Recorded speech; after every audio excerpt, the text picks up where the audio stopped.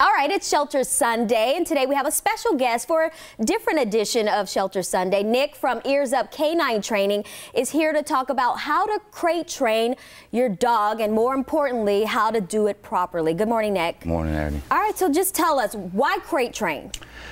When you get a puppy, crate training is probably one of the first things that I do, because getting the dog established in its environment is so important, because they don't know where to go outside to the bathroom and back in. So having a dog in its crate training and being in its crate and being comfortable in it is very important for numerous amount of reasons. Okay, and you talked about getting them comfortable. What's the best way to get your puppy, your dog, adjusted to being comfortable? Right. So being in the actual kennel is the way they're going to be more comfortable.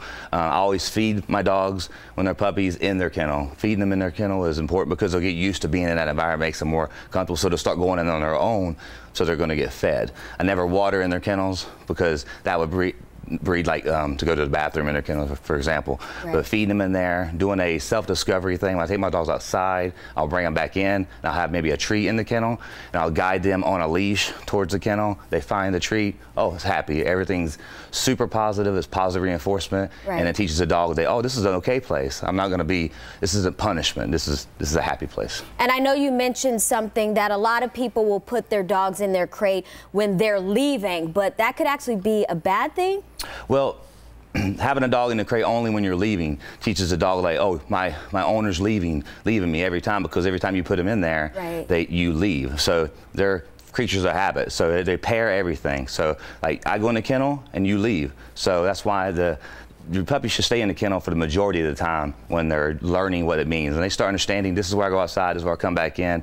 Then we can start spreading it out for 10, 15, 20, and testing the dog slowly. Okay. But the first, at least 1 year of their life should spend a lot of time in their kennel, and then you spread it out slowly, because you don't want a dog to think like every time they go in their kennel, the owner's going to leave them, and then that's where separation anxiety starts, if they start getting anxious and things like that. So we just want to make it super positive and make them enjoy their actual crate. All right. Well, thank you so much, Nick, for joining us. And if you have some tips for Nick, or you just want more information, you can visit his website. It's actually earsupk9.com.